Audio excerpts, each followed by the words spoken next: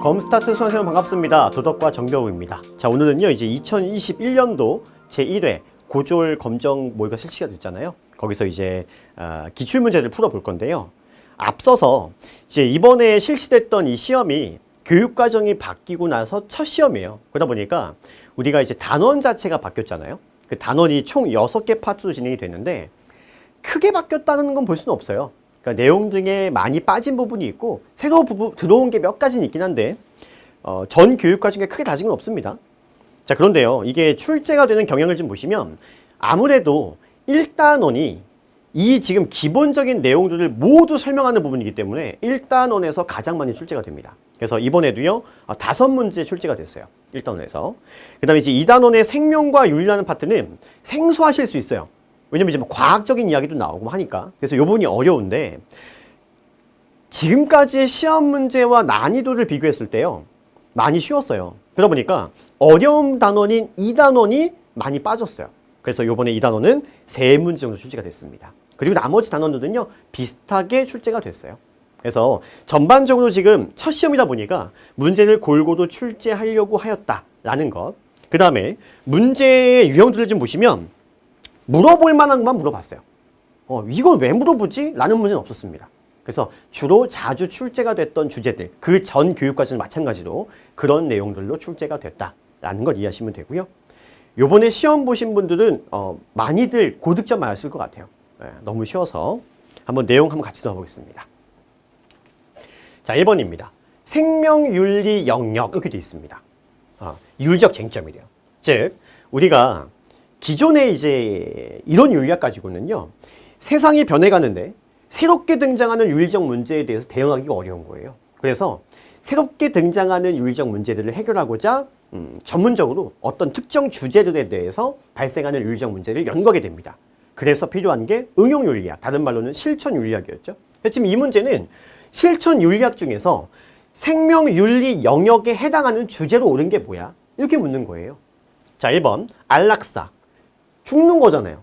생명과 관련 있는 거죠. 그래서 맞는 거죠. 자, 2번 예술 나왔습니다. 이거는 문화윤리 쪽으로. 그 다음 3번 직업. 그러니까 직업윤리고요. 이거는 직업윤리인데 이건 교과상 뭐 사회윤리 쪽으로 포함시킬 수도 있습니다. 그 다음 4번 정보사회니까 정보윤리죠. 이렇게 해서 1번 어렵지 않게 문제가 풀립니다. 다음 1번 체크하시고요. 자, 2번 보겠습니다. 기억 니은에 들어갈 용어. 칸트의 의무론 나왔죠. 자, 내 의지의 준칙이. 자, 준칙이라고 하는 거는 내 스스로가 이게 옳은 것 같아 라고 생각하는 게 있을 거예요. 나만의 도덕 법칙. 그런데 이건 아직 나만의 거예요. 왜냐면 다른 사람들이 인정한 것이 아니니까. 그런 걸 나만의 도덕 법칙을 준칙이라고 하는데 이 준칙이 언제나 동시에 보편적. 누구나 봤을 때 그건 도덕적이야 라고 보편적 입법의 원리가 돼야 된대요. 그러면 이제 이 준칙은 뭐가 될 수 있다고요? 도덕 법칙이 될 수 있다고요. 되셨죠? 자, 그 다음 너 자신이나 다른 사람의 인격을 언제나 동시에 수단이 아닌 목적으로 대우하라. 이렇게 얘기했죠. 지금 여기 나와 있는 건요. 칸트의 정언명령의 예시예요. 그래서 칸트의 정언명령이 이런 예시를 갖고 있다는 것. 저희 교재에는 나와 있죠. 그래서 보편적이고 목적이다. 그래서 답 2번 체크하시면 되는 겁니다. 되시겠죠?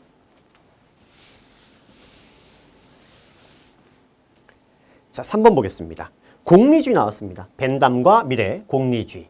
자, 그럼 공리주의자는 벤담도 있고요. 밀도 있지만 한 명 더 누구 있다? 싱어도 있다. 여기까지 갑니다. 자, 1번 행위의 동기를 강조한다. 이건 의무론에 대한 이야기죠. 공리주의는 많은 쾌락을 유발한 행위가 결과적으로 옳은 행위야 라고 보는 거예요. 그래서 얘는 결과를 중시하는 거죠. 자, 그 다음 니은 유용성의 원리를 강조한다. 이 유용성, 최대 다수의 최대 행복, 즉 공리란 뜻이죠. 맞고요. 디귿 보편타당한 도덕 법칙. 느낌 오시죠? 이게 의무론이에요. 칸트. 자, 리을 최대 다수의 최대 행복의 원리. 이게 유용성, 공리다. 그래서 리을 해서요. 답 3번 체크하시면 됩니다. 자, 4번 보겠습니다. 통일당국이 지향해야 되는 보편적 가치가 아닌 것. 이런 거 설명 안 해도 되잖아요. 그죠? 너무 쉽죠.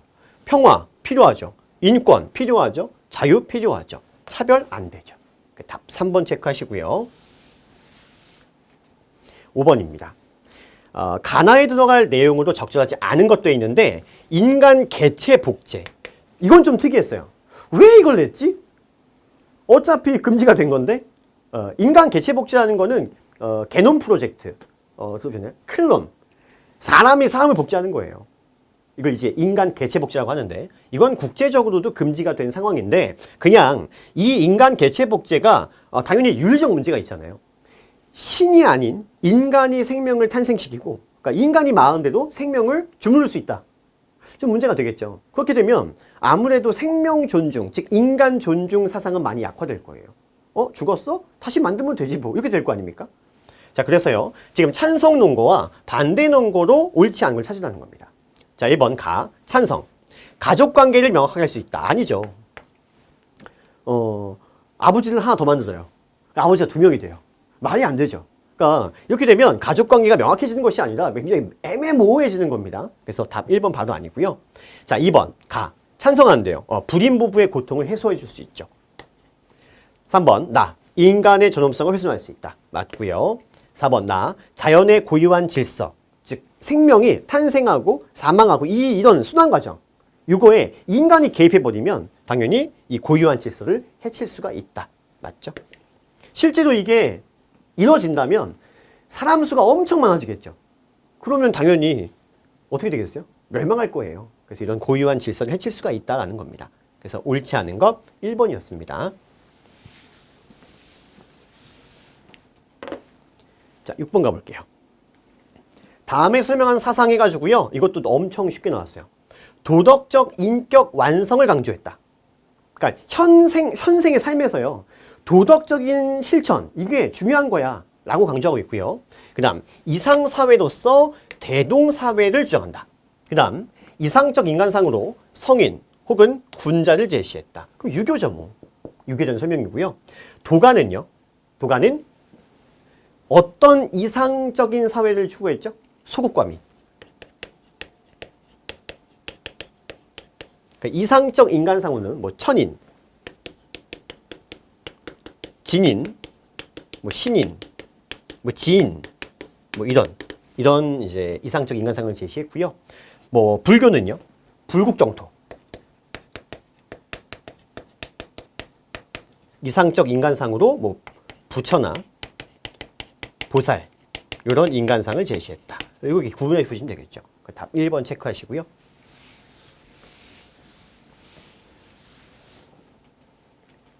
7번입니다. 기억에 들어갈 성의 가치다도 있습니다. 성의 가치라는 문제가 출제가 된 지 굉장히 간만이에요. 잘 안 내는데 생시적 가치가 있고요. 그 다음 쾌락적 가치가 있고 인격적 가치가 있습니다. 성의 가치로는. 그럼 여기 생시적 가치는 나와 있어요. 그러면 이제 여기가 이게 뭐냐. 생시적이 나왔으니까 쾌락적 아니면 인격적인데 아무래도 쾌락적 가치를 내긴 좀 그렇잖아요. 도덕과에서. 그러니까 인격적 가치가 나온 건데 여기 보시면 존중과 배려. 서로 남녀가 서로 간에 존중 배려한대요. 왜? 상대방을 인격적으로 대우하는 거죠. 상대방의 인간이라는 존재를 존중하는 거잖아요. 그래서 인격적 가치다. 이렇게 보시면 되겠죠. 그래서 답 2번 체크하시면 되고요. 나머지는 전혀 관계가 없는 이제 내용들로 이제 포진이 되어 있습니다. 그러니까 더 쉽게 풀 수 있게끔 만드는 거죠. 답 2번 체크하시고요. 8번입니다. 교사의 질문에 대한 설명 적절하지 않은 것. 원래는 시민 불복종의 정당화 조건에 대해서 많이 묻는데 이거는 더 쉽게 내고자 의도적으로 사례를 제시했습니다. 사례를. 자, 간디의 소금 엔진. 영국이 이제 인도를 식민 지배하고요. 소금에 세금을 너무 붙이니까 이거에 대해 저항한 거예요.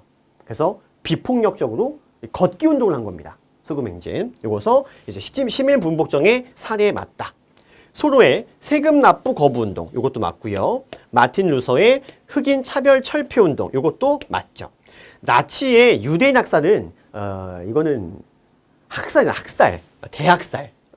사람을 많이 죽였죠. 그러니까 이거는 인권이 유린된 사건이죠. 그래서 시민 불복종이라고 볼 수가 없는 겁니다. 그래서 답 1번 체크하시면 되고요.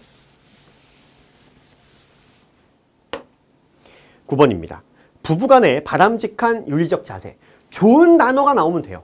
좋은 단어. 부부간에 서로 존중하고 협력한다. 좋죠. 니은 배려하고 부족함을 보완해준다. 맞죠? 디귿 능력의 차이를 인정하여 위계질서, 상하관계를 세워야 된다? 아니죠. 리을 경제활동은 남성이 육아는 여성이 이런 식으로 성 역할을 고정하는 것은 잘못된 거죠. 양성평등 세상에 위배되는 겁니다. 그래서 이것도 틀렸어요. 답 1번 기억 니은 체크하시면 됩니다.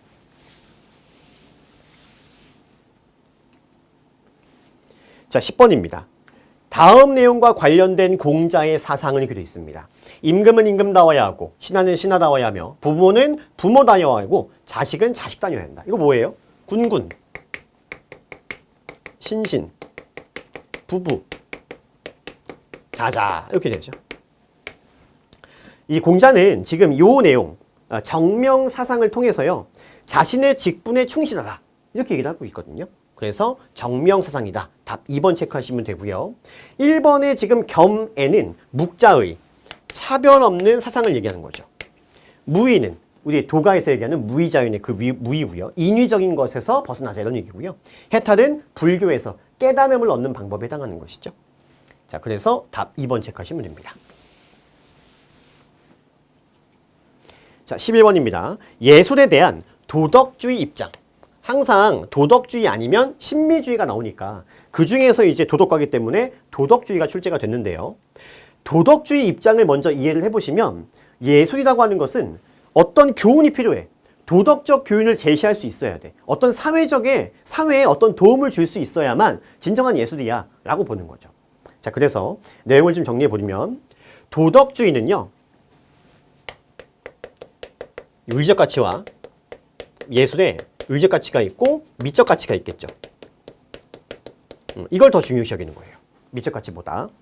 자, 그래서 내용들 이제 신미주의와 비교를 해볼 때 1번 순수 예술론을 지지한다.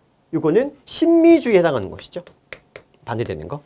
자, 2번 예술의 독립성만을 강조한다. 예술은 윤리와는 독립되어 있는 거야. 개입하면 안 돼. 라는 것. 마찬가지로 신미주의라는 설명이에요. 자, 3번 예술에 대한 윤리적 규제를 반대해. 왜? 예술은 자유로워야 되니까. 이것도 신미주의에 대한 이야기겠죠. 4번 예술은 교훈적 본보기. 즉 윤리적인 어떤 교훈을 제공해야 돼. 이게 도덕주의. 답 4번 되는 거죠. 여기에 지금 순수 예술론이라고 하는 게 신미주의 사상이라는 걸 보시면 지금 이제 도덕주의 입장은요. 참여 예술론을 주장한 거죠. 참여 예술론을 지지한다는 것. 그래서 요 단어하고 요 단어를 또 비교하실 수가 있어야 된다는 거. 되시겠죠? 답 4번 체크하시면 됩니다.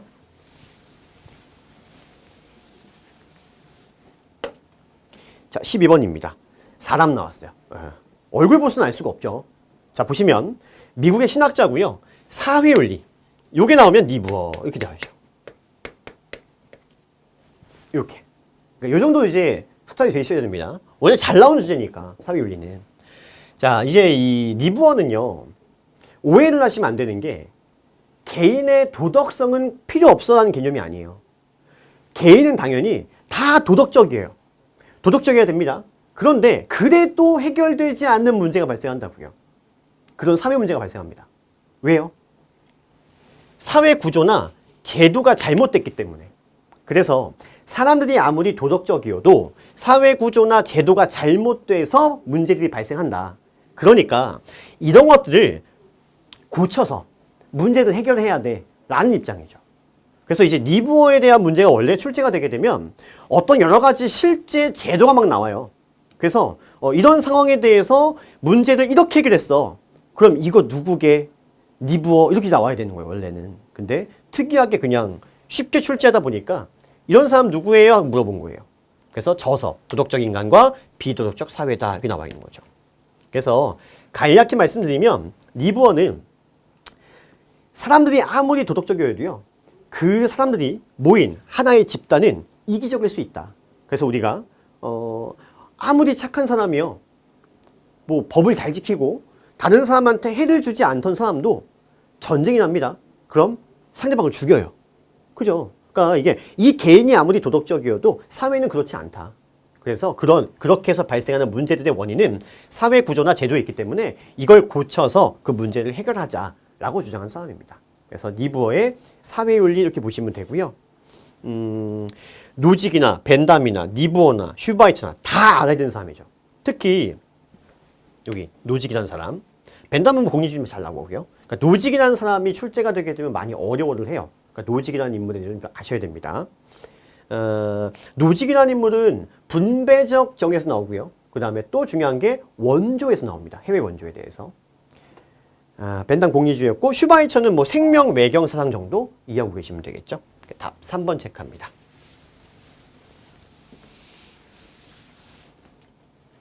자, 13번 가볼게요. 다음 사례와 관련 있는 롤스입니다. 롤스의 분배적 정의 원칙인데 지금 여기 나오면 여성 나오고요. 지역, 뭐 이게 지역이라고 하면 아주 시골, 촌락, 이쪽에 농촌, 어촌 이런 데 얘기하는 겁니다. 국가 유공자, 농어촌 자녀 다 어떻죠? 사회적 약자가 볼 수 있는 것이죠. 자, 그래서 이 롤스의 정의의 원칙 중 제2의 원칙 중에 이런 최대 수혜자에게, 최소 수혜자에게, 최대가 아니라 최소 수혜자에게 최대의 어떤 혜택을 주자라고 주장했던 2번, 제2의 원칙 중 2번에 해당하는, 제2의 원칙 중에 1번이죠. 제2의 원칙 중에 1번에 해당하는 차등의 원칙이다. 이렇게 정리하시면 되는 겁니다. 그 다음 뭐 교정의 원칙이 있고요. 취득의 원칙이 있는데 요 두 가지는 노직 거예요. 이건 노직 거. 이렇게 정리하시면 될 것 같아요. 답 1번입니다. 자, 14번입니다. 가에 들어갈 개념이 되어 있고요.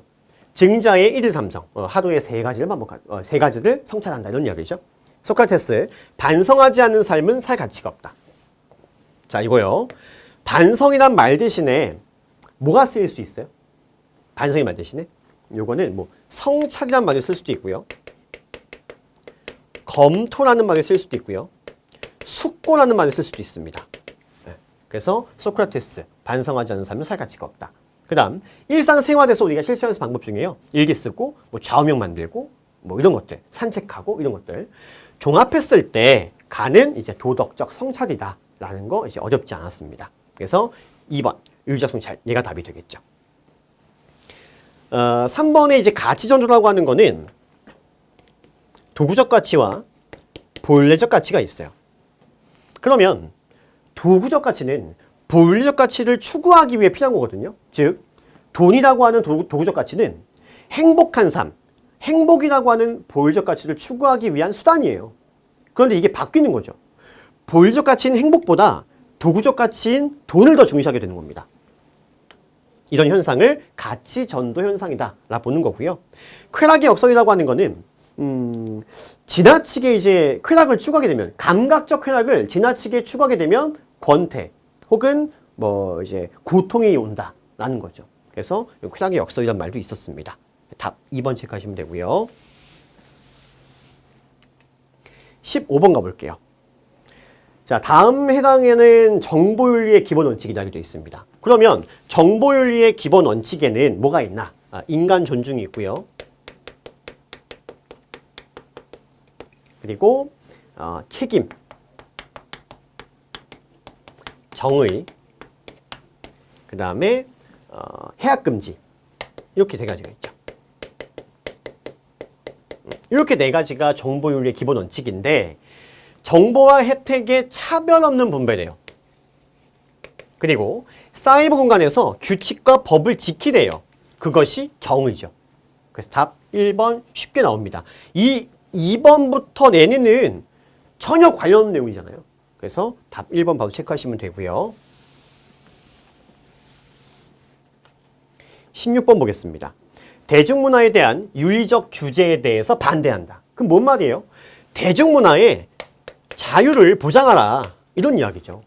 보겠습니다. 기업. 성의 상품화를 예방할 수 있어요. 대중문화를 윤리적으로 규제하면 성의 상품화를 예방할 수 있다. 이거는 찬성한 입장인 거죠. 니은 자율성과 표현의 자유를 중시합니다. 자유를 추구한다. 맞죠? 디귿. 대중은 다양한 대중문화를 즐길 권리가 있어. 그래서 규제하면 안 돼. 라는 것. 리을. 대중의 정서에 미칠 부정적 영향을 윤리적 규제를 통해서 할 수 있어. 그러니까 이것도 이제 찬성에 대한 입장인 거죠. 그래서 반대는 니은 디귿 해서요. 답 2번 체크하시면 되는 겁니다. 17번입니다. 과학기술 지상주의라고 되어 있습니다. 다른 말로는 낙관주의다라고 얘기를 하고요. 그럼 이것의 반대. 반대. 과학기술 지상주의의 반대는 뭐죠? 과학기술 혐오주의, 다른 말로는 비관주의다라고도 얘기를 하고 있죠. 그런데 이제 지금 이 말은 이 내용이 아니고 과학기술 지상주의의 관점이에요. 그러니까 과학기술을 너무 좋아하는 거죠. 과학기술이면 모든 문제를 해결할 수 있어. 과학기술이 짱이야. 이렇게 뭐 만병통치약이야. 이렇게 얘기하는 거예요. 자, 1번. 과학기술의 발전을 비관적으로 본다? 그렇지 않죠. 이거는 그럼 뭐겠어요? 얘 반대인 비관주의, 다른 말로 뭐 혐오주의다 볼 수 있는 거죠. 2번. 과학기술이 역기능만을 유발한다고 본다. 과학기술 자체를 부정적으로 보니까 얘도 혐오주의에 해당하겠죠. 3번. 과학기술이 갖고 오는 여러 혜택과 성과 자체를 부정한다. 이것도 혐오주의죠. 4번. 과학기술이 모든 문제 해결할 수 있어. 너무 낙관적으로 보는 거 있는 거죠. 그래서 이게 답이 됩니다. 답 4번 체크하시고요.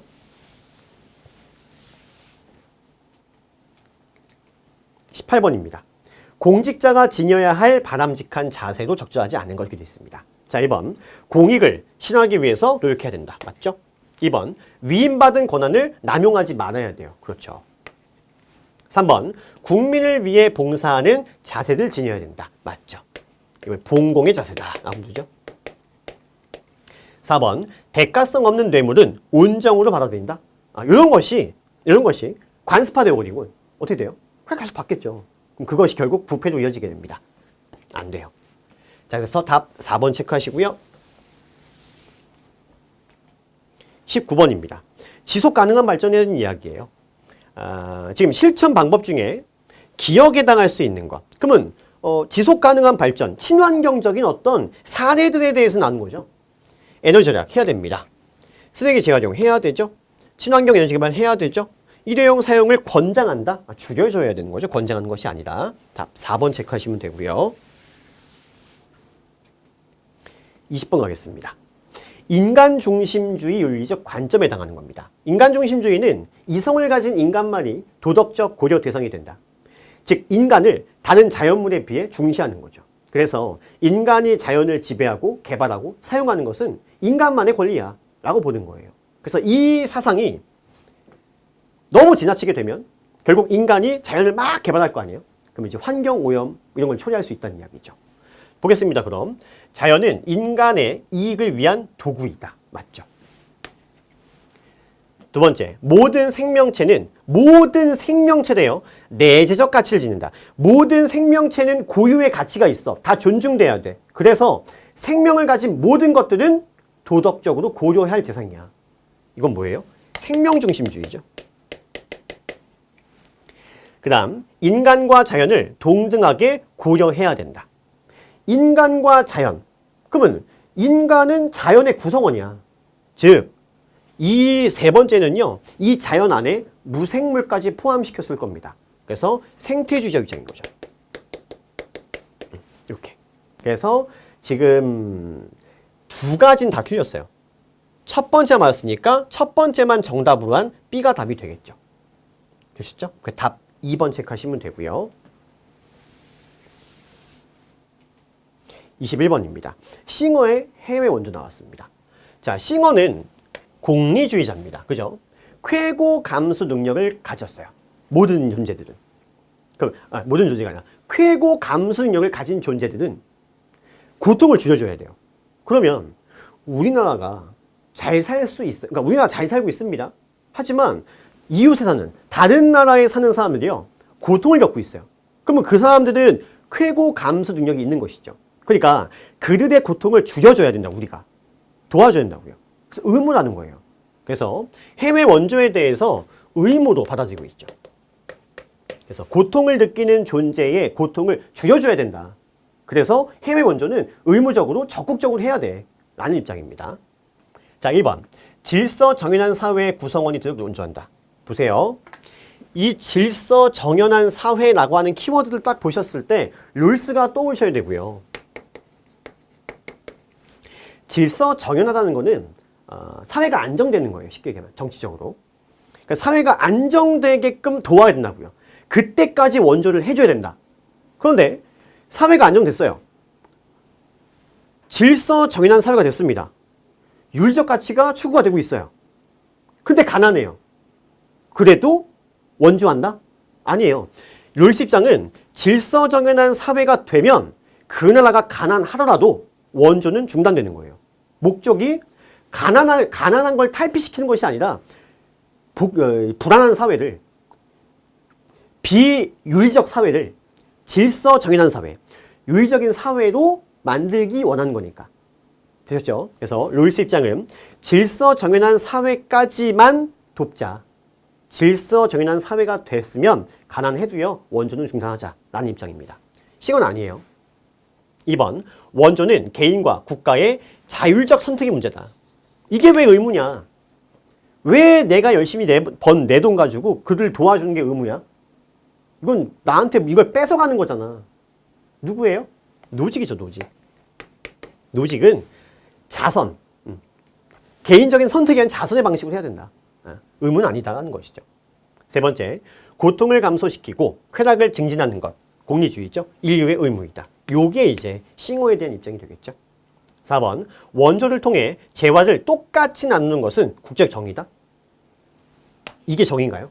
아니죠. 이건 아예 발문 자체가 잘못된 내용입니다. 4번은 아니에요. 그래서 답 3번 체크하시면 되고요.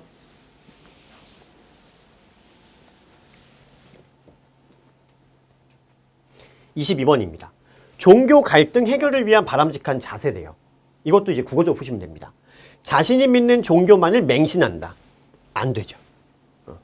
그러면은 자신이 믿는 종교만 맹신하게 되면 다른 종교는 다 잘못된 거니까 비판할 거 아니에요.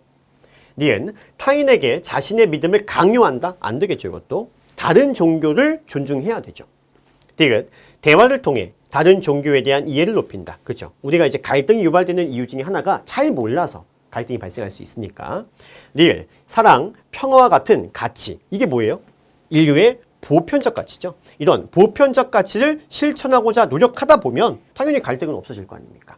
그래서 디귿 리을에서요. 답 4번 체크하시면 됩니다. 23번입니다. 윤리적 소비가 나왔어요. 옳지 않은 거고요. 그럼 윤리적 소비와 관련된 것들. 그러니까 합리적 소비라고 하는 거는 경제학적으로 최소의 비용을 투자해서 최대의 이윤, 최대의 효과를 얻는 것이죠. 근데 이거는 윤리적 소비예요. 그러니까 합리적 소비랑 다른 겁니다. 그래서 뭐 로컬 푸드, 먼 나라에서 생산된 농산물을 수입하면 그 과정에서 많은 화학 처리가 되고 이동하는 과정에서 많은 탄소가 배출되니까 환경에 악영향을 주겠죠. 그러니까 그런 소비보다는 우리 근처에서 생산되는 친환경적 농산물을 소비해주자. 그럼 이제 환경에 도움이 되겠죠. 그 다음에 뭐 슬로우 패션도 있고요. 친환경적 공법에 의해 만들어진 옷 이런 거 패스트 패션의 반대죠. 그 다음에 또 이제 공정 무역을 통해 생산된 제품들 소비하는 것, 공정 여행하는 것, 뭐 친환경적 소비까지 포함시켜서요. 쭉 이런 게 있습니다. 볼게요. 그럼 기억. 이웃을 고려하고 자연 환경까지 생각하는 소비다. 맞죠? 니은 인권 향상을 고려하는 착한 소비.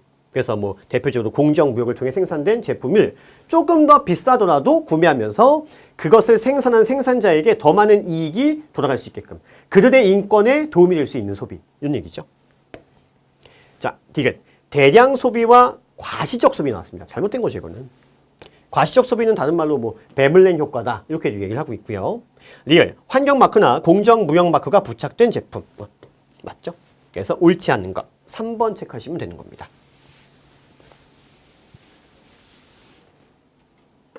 24번입니다. 다문화 사회의 시민의식. 뭐 어떻게 해야 돼요? 차별하면 안 되죠. 존중하고 배려하자. 이렇게 나오면 되는 겁니다. 자, 1번 문화적 편견을 극복해야 되는 거죠. 맞죠? 2번 서로 다름과 차이를 인정한다. 그러니까 다른 건 차이가 있다는 거죠. 그걸 가지고 차별하면 안 된다는 얘기예요. 맞고요. 3번 보편적 가치를 위협하는 문화를 수용한다. 그렇게 하면 안 되죠. 그러니까 다른 나라의 문화를 바라볼 때 보편적 가치에 비춰보는 거예요. 그러니까 그들의 문화가 보편적 가치를 훼손한다? 그것까지 인정하자고요? 그건 문화 상대주의가 아니라고요. 이해되시죠? 그래서 보편적 가치에 부합하는 보편적 가치를 훼손하지 않는 범위에서 인정하는 것이다. 즉 다문화 사회에서 다른 나라 문화를 이해할 때는 어느 정도 한계라는 게 있다는 겁니다. 되시겠죠? 자, 그 다음 4번 인권과 평화를 위해 책임 있는 행동합니다. 맞죠? 지향하는 거니까 맞죠? 그래서 옳지 않은 것 3번 체크하시면 되고요. 25번입니다. 마지막 문제. 하버마스의 담화 조건 나왔어요. 잘 나오죠, 얘도. 자, 하버마스의 이상적 담화 조건에 4가지가 있습니다. 첫 번째, 이해 가능성. 그 다음에 정당성. 그 다음 진실성. 그리고 진리성. 이렇게 4가지가 있죠. 자, 기억 보겠습니다. 타인의 주장을 배척한다? 그럼 대화가 될까요? 싸움이 나겠죠? 안 돼요. 니은 자신도 실수할 수 있어 라는 걸 인정하지 않는다. 안 되겠죠. 사람이기 때문에 누구나 실수할 수 있기 때문에 자신도 오류가 있을 수 있다는 걸 인정해야 되는 겁니다. 디귿 대화의 내용을 서로 이해할 수 있어야 돼요. 맞죠? 리을 논의에 참여한 사람들의 진실성을 갖고 발언한다. 상대방을 속이려 하지 않는다는 것이죠. 맞죠? 그래서 디귿 리을 답 4번 체크하시면 됩니다. 자, 이렇게 해서 모든 문제 다 풀어봤고요. 난도가 많이 낮아가지고 어렵지 않게 풀이를 했습니다. 그래서 이번에 시험을 보신 분들은 굉장히 운이 좋으셨고요. 앞으로도 이런 수준으로 문제가 출제가 될 것인가 라는 거는 아직은 알 수 없어요.